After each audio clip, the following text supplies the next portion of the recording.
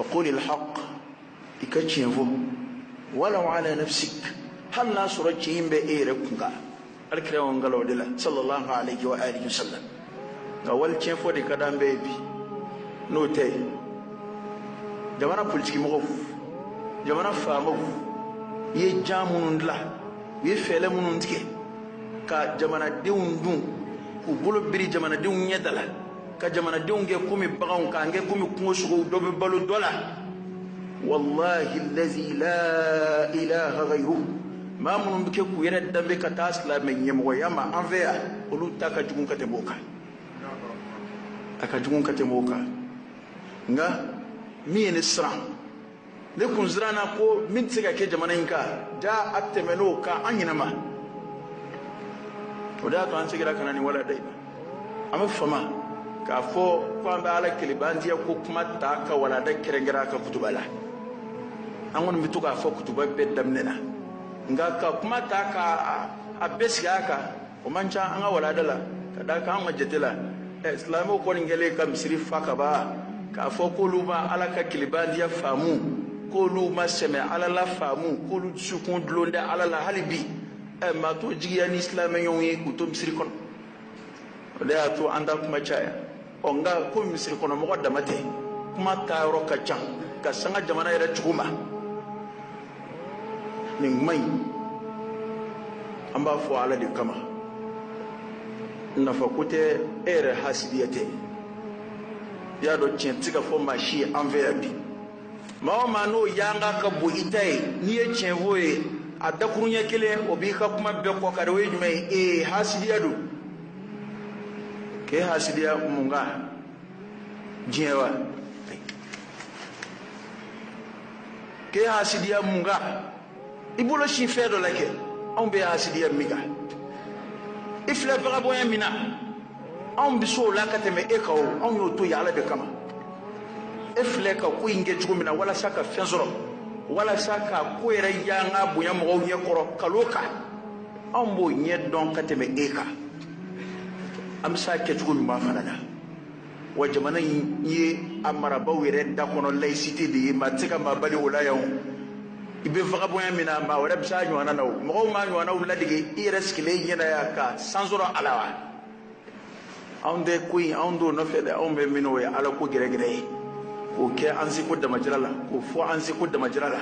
no be fen fena ni yanyo la be soro kuma ire adama din ba psika flike ma be flika ala soso nga ngonde andu ka ala soso sira jira mala ka fo ko ni bid'a wa mashi yanga bunya tato ala kire fe do fo ko ti daga ki bina fo bid'a ya kwa manzi ka nyetu oka kadaka ko daka go wali kunna folo bi kuna wali ku no fe jama ka chan amago fo itola ne kun sirana ko min tiga ke jamana inka ja atemenuka ame fon fena abe tlunge ja ala ka boda kai ala sebe yere akadabe unyoro wi ifradullah bil ibada ka ala kiliyana batuli mo do bituka fo an fe ya tiente de mena nye de fie bi ma be iba me kwala kire santani koke maga siltala shundala jagatala akumike mo wele kana jogo de ma ni jogo manye islam ya manye ngalo mvi angalo ya ora mi mino fi ne ma fo jogo islam ya doyede ne ma fo islam ya kono barake de ne ma fo jogo nyuma ya may ngai kani ngumay ngalo mvi ala kira sandani ko minke li tashih al aqida akumike ga mo qad sukuna siri de la folo don ba tinyon so sola bara bebi jominga no ya ala kilibandie kadaka numena ube ala ka soso ni ala kota bela bilibili akbarul kaba'ir al ishrak billah ala kiraka hadisa bayu sabati ala kundi femi nya fa fiu jona ikira ma fa son hal ni kira ya kembi halaki hal ni nabi mana ma ya kembi je ka bara beko ka be abebe ki halaki nema fode ala de af ayo kuma kunshi joni man nabi mo yiraka kunti la in ashraktu la yahbatanna 'amaluka wa la takunanna min al-khasirin يشوف غنينا ما بسرعة بيا دونكم ما تيجي كراي كتلا كفين برالك أقرأ ده منا على وشين كراي رما صلى الله عليه وآله وسلم كسر كراني دفر على كقني ويجي جلاني بجي شيء وتعالى كرا كلي على النبي مو نبي من لا أي نبي مو نبي من شيء أي شيء شيء على عصمة ليدو توي العصمة للأنبياء والرسل على يرد بود دم وتعالى سوسوير جامو كدفر عليك غكمي أقرأي لئن أشركت إيه محمد صلى الله عليه وآله وسلم قرأي ليه شو بقولنا ما بيسنا لئن أشركت هل ني إيه دفر عليك إمين بوك نيه كتم بك لا يحبطن عملك إكبار بيبي ولا تكونن من الخاسرين لا هربك ما بقول لهم بقولنا سبحان الله لما نفوت على ده بكرة فعل كريه صلى الله عليه وآله وسلم ينامنا النافع الدنيا دم نقوى بكرة على كرا لبوش أني نن كرا تدا على دني كرا دون بكرة على كليدي صلى الله عليه وآله وسلم وانا أقرأ كم ما مبو أقوين يببلي ما على كيدو جهنم كنا أيببلا إدراجة بويا إدراجة بويا على يورو كفوا على بي pardonner كجيما كجناي كدفراك إن الله لا يغفر أن يشرك به ويغفر ما دون ذلك لمن يشاء نما من وني الدفران كما تولا ودي أتو قرآن آية ننكا حرابيا وني دغنيا كوني ننا نما فونني كاريتا تابلو كلي نكو فلانغ فودو ngando ma de o minyo nyembe anveya ngando ma ngana sabatra ko kariye flanga fuye a haramu yambe aka nasara aka ala ya fadila shuya ala ko muna ya haramu ya aka janime kono do bangine ko awiya bayira senge muna aka tasuma kono sigi bangina awiya adumina ala ya fadeli muna upma binda korobwa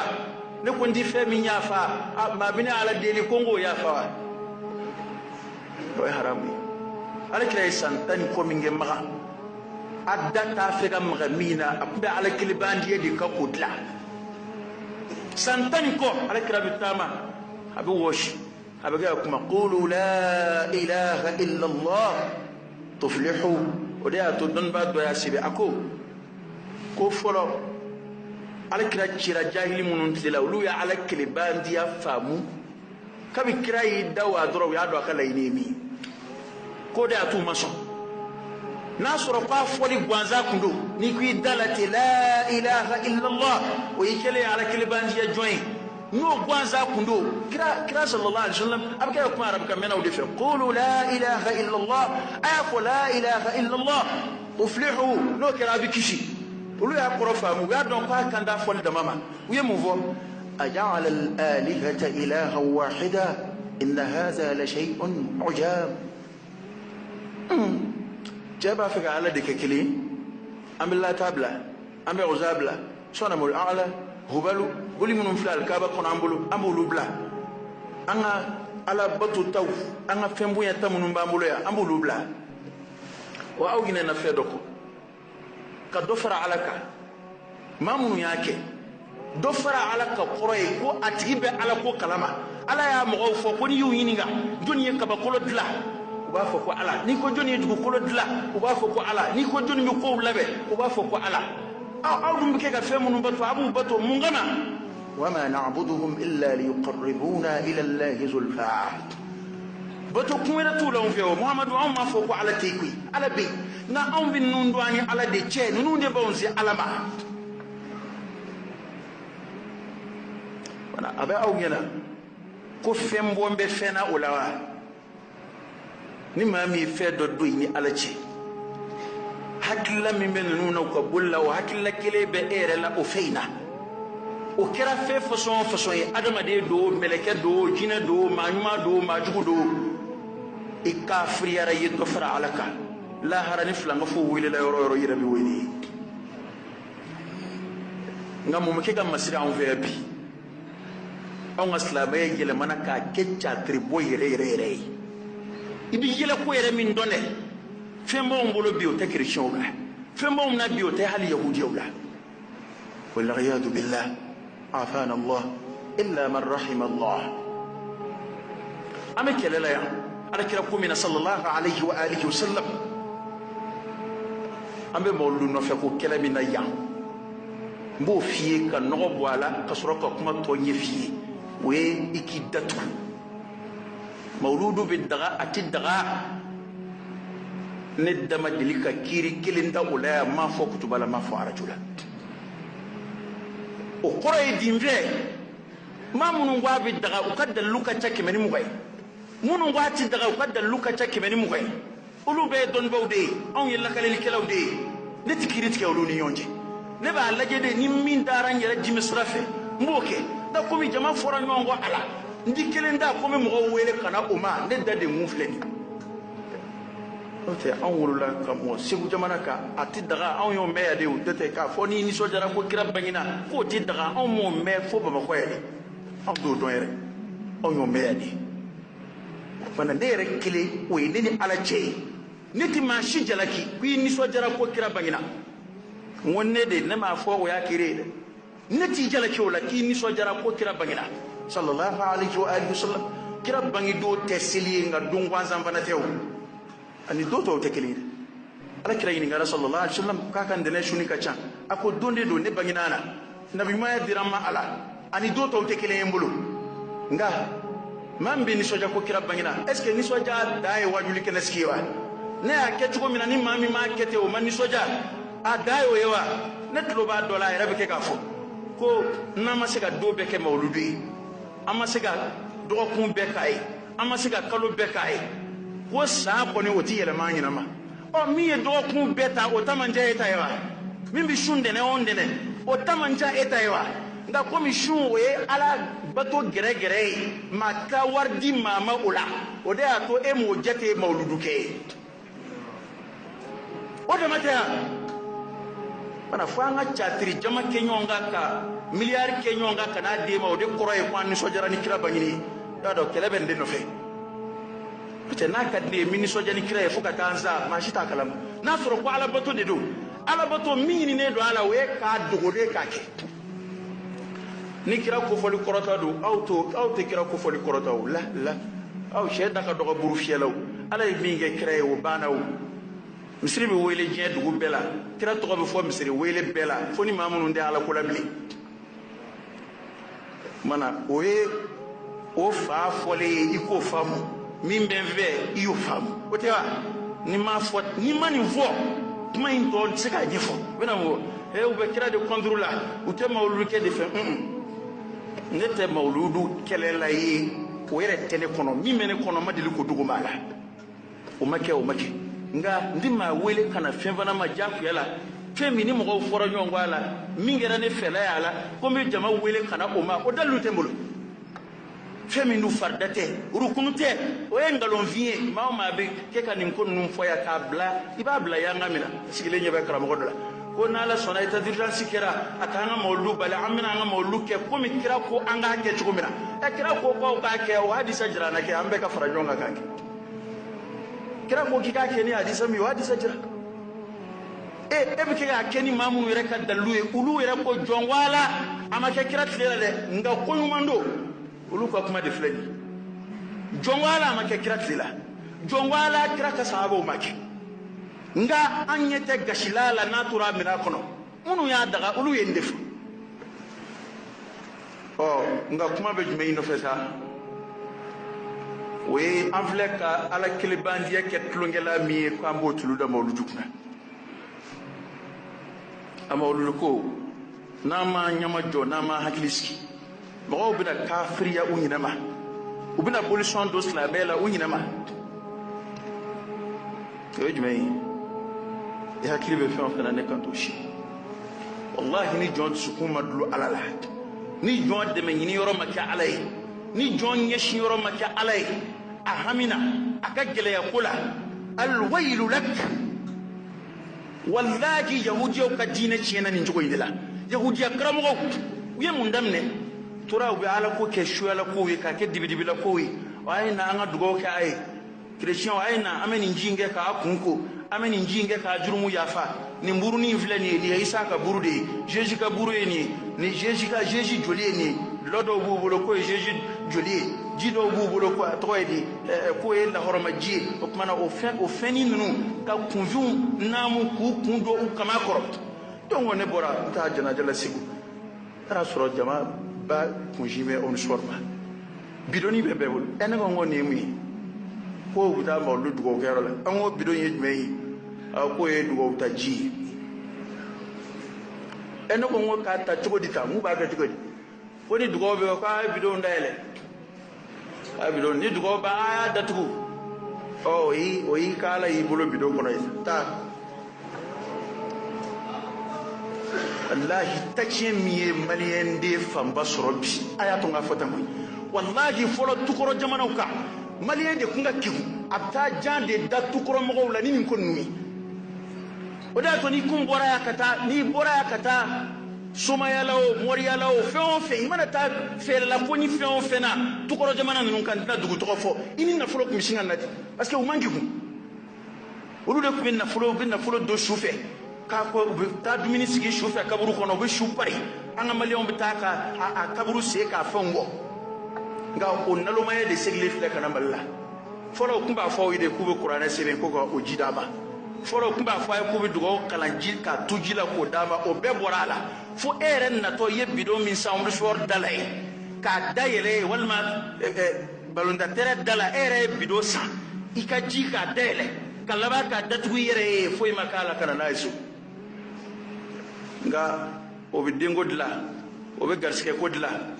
abi ihami feon fe abo bedla ba kuma yere datugo janguma o jibora munu yere yoro e garde ko bu ko jombu ko fe ko koloshi o yere tlala ka koloshi likela wera o dila wa o sigile fle hal ni petar ni ci o be wuli ka bul na aw ko o jiwde ba ko gena ma yadla mo jon an adama de manyina ala ko biya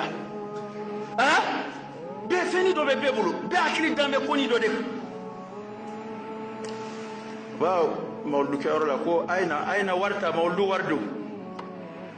kabe ala kan dama nyona ire bayi ka keme biye wakile biye fale keme fla biye la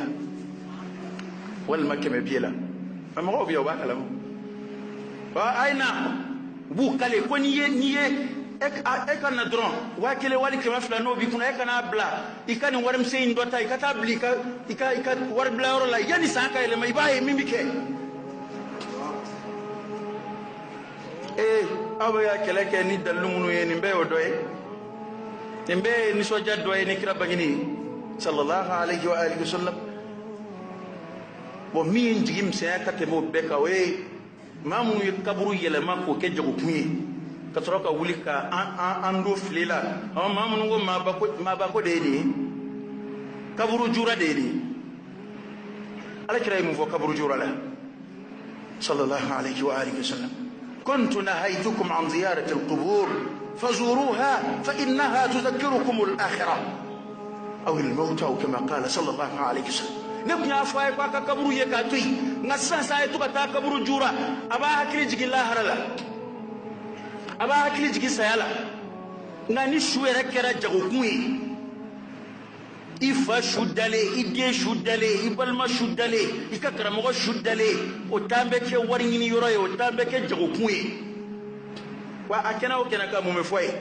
ala ko kuma te ide nini hami min nana obedla wa anga karamogo dala gise de kembe ay ni ko ni ngi ya halli malla harasoro ibi je kon zoro ne o dawla wa utafwa udala gise yo de yo ko ni ngi halli malla harasoro kibi je soro ani mami ma la harasoro aw me mun voti yeble wajuli kala me mun vola harako ebe jien ko kala ma aw me mun kala ma jien ko la aw yere jien aw ye jien damne folo aw ve fara fina aw ye ko damne jien na folo jangwa wajuli kala ma aw me jien ko kala ma ko ni yeni ngoni nge ay la driya dron ay clé na kaba abana halla ma ona kadi ni islamé kadi do la ni ay e ma nga fote de ni mi ja do la no do am ga tani ko nyisra min ve no do wajuli fana bi dabla kuy wajuli fana bi dabla na fora pa manga ma ka fena atoy losoka chani nga chato foi te au de jogo ba datu tu tabi ke ko fofa ma munun sikile yana unni dunga foli kama ibo foto wabu munun sago kama ulu musiki ku ka down flete mu ye kolo shiba de blala feu be jamana ko ngo bitla ka police bo ka jo akrefe muna ma do be no ma tabulo de ma we nyina ma ya dlatudi afora de kodono fe ko bil isharati allabib yafhami ni bolo shida ma hakili ma ba famu nga talondo ma do dlatwere la fulu kabali kodela nulu ma balala ulu de bina kuinda yalo mambi jagela ka fo ne bi yoro joka lofi yado jaga gelele mambi jagela ne bi yoro joka jina ka ka kono sarala yado jaga gelele no mo ma kumbe ami yon negew ko ala kota kuna halna so cara koni eta ke gaba ngalodo de wallahi awsigile file bi mami nyeki shira muso langulo file lima o manjande amuya se aba ate bok mami na kumbe yani porno film ka tourner jonde la joni mumboyi ndiamen ndong nani wodo de la ka nene ko juwere yeli chaya obi sukun de fa buke wallahi adama din yasombo ma hali qur'ani ayati ala kira ka hadisati sallallahu alaihi wa alihi wasallam ko jugu bado ni ko do e ko jugu baybuli ma delikai akum ni tara to jamana ka kaba ala ke da e ma delikai ko mo yu jon kare kono ka nyo ambransi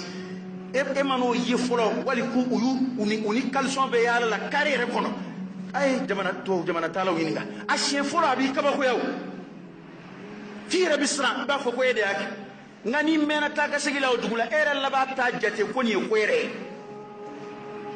wani shaytan sirila dundo yira ba la digi oda to sharia fusri chenna ala kira de ngala sallallahu alaihi wasallam ma nana ko bi ko kira ka kuma ko ta sawabai oda forowi kira de ko man ra'a minkum munkara falyughayyirhu bi yadihi fa in lam yastati' fa bi lisanihi fa in lam yastati' fa bi qalbihi wa dhalika adhafu al-iman kuna ye kodo e mindi be alama ere be ke ga minge tede ni ye koju e ki ka kele ni bolo be se ka dabla ka dabla la kira nane maganda ele kira de kafuru to sake mo be matubi nga kira ko bulu mineka ko bulu kare kujin ibn afo kwa be botogero la kwa be alkaba kono la hal bulu munum be fokulu kana wala kira e chide umbla ka tabbe kare fana on be laicité ko keleminani démocratie ko kelemina no do kira ngangu ko bulu toy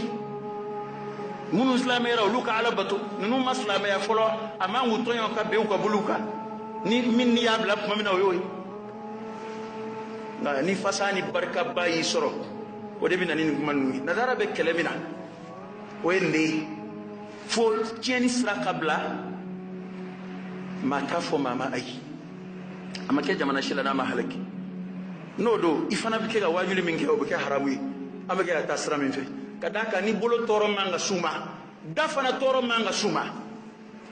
e fana mangi sigi kuneni sumuru bafa donata borata o te fana kasrai iko chugo mina kuna na kada ka ke islamai na kada ka ke chrétien wa kungoe edu ba do chrétien e ko jugu islamai ka yilla idu ba don bolution e ko jugu islamai ka yilla abana ladriya ko e go fana to isa ando lame e fana da akal ladriya na akal ladriya baliya o fana ya kungo de ya to anga do me e ki dabo abela nga ala ka hake wa mbulu de trikiya ala kilibandi ya ko kuma aw bombe amawda ibi tawhidu ko kuma mewda mimbe sena way ni minga di khoye ikal ladriya dron anga sega bolo jamani ikal lafiala parce que yebe jien balo de law kalla bal tuhibbuna al-ajila wa tazaruna al-akhirah yebe jien de la ningonu akele ala ko kele tede kira kanu ko tede sallallahu alayhi wa alihi wasallam wallahi kira kanu o tedi ala kira kanu kechugo o tedi oda to ni da magara la ko na fu yibum de da jobla nata ne kamana gona ba min ta to be mawlud wo ta rola e ba silfa na silima la zara sili ma taqarraba ilayya al-'abd bi shay'in ahabbu ilayya mimma aftaratuhu alayhi amma ga baren ke ni kalani famuyi e ma famu andi girangu vetu sili farda kele islamé kanu toyi fenganu ne ngore fuy kama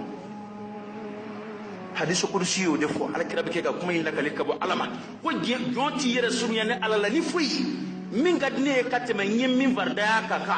ko tigi sago ke de kapsa wala mangue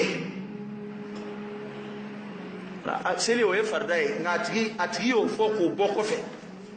na ya wele aina anga dugo ta aina anga ni soja ni krai sallallahu alaihi wa sallam kanira malaka ma o manabe ala kira controla ala ka halaki jigi o tigi ka ingene may la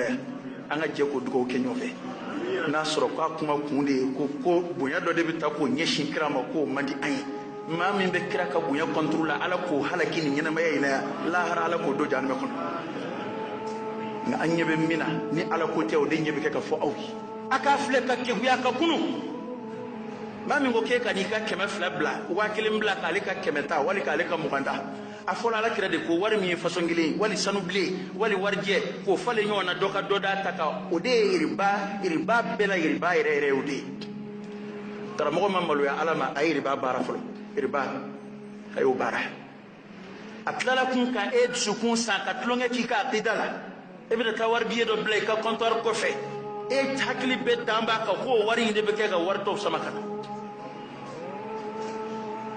jere kono niyame mawo ma da arajo la tele la ay nanga dugo kay kana tabli adala dugo ti barka tala adugo timile niyame mawo ma da ala kiraye o wesu ko fo ka dugo jabi ko fo Umaru ye o wesu ye domina wa sura kira de ya fuye sallallahu alaihi wasallam ko nani cenye nyoyi aka fo ko aka ala ya fadeli aye ala de tabi'ina bil samanti una nyoyi mige kuba ka ko bunya Umaru ka be bata kisibe ka ci asgida aka sigida amiruma o ka don ko ala kire ni ninde fo ala mabadu ako Umaru ma ni ba fe ga mbuya ko ni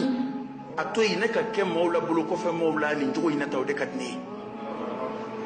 nga o beko kabe mo bora kalama ko Umaru ye dugo ina fe ko ala kire ni fala mo tora ku bina girida blaka o yisu dugo kan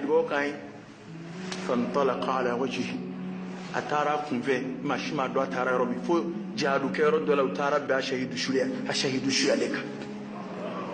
manyuma mbetani ala jonnyuma mbetani anga manyuma nyako ke dalla feka ka yala anve ni era de ko ne manyuma ko ikele manyuma ni yere yi daraja sero mina o yasele o ni ni kuma nunu fo wina njabi awo kalambaliado note ni mo tara maga ubina ni zamzam jiye note alkaba fle mo bi giroka roke etchega kalu ka ke ka an cheka boanga dalu kena monga ha alkaba ka foko barka ba alkaba la ni mo bi giraka ala de yo fo hal ni ala ko sizan ko ta ikata sujudu ke na soro ko ambe kira klela ni ala ko ay ta sujudu ke kaba kuruni o te flanga fo ya ko kuma te de o yo kele ala batodi abukum ala ya foli mi ngembele kaw ku ka sujudu ke adamai ala de ko inna awwala baitin وضع للناس الذي ببكة مباركا وهدى للعالمين او فكبروا آيات ما ينجي نولا يكو فاين تيرا كبروا آيات من ينجي نولا يكو جرانا فك eka mauludu ji mi voro la yako fay ma uzamzam lima shuriba la ala krayo fa sallallahu alaihi wasallam ayata yi ekitanya fay sak dalu min be bolo kam go wele kanani ngodnuma dota e wushulay dota e sayla man nashiye dota e mauludu ji dota e fenwore fe do be bebulu benyina na ala ko illa man rahimallah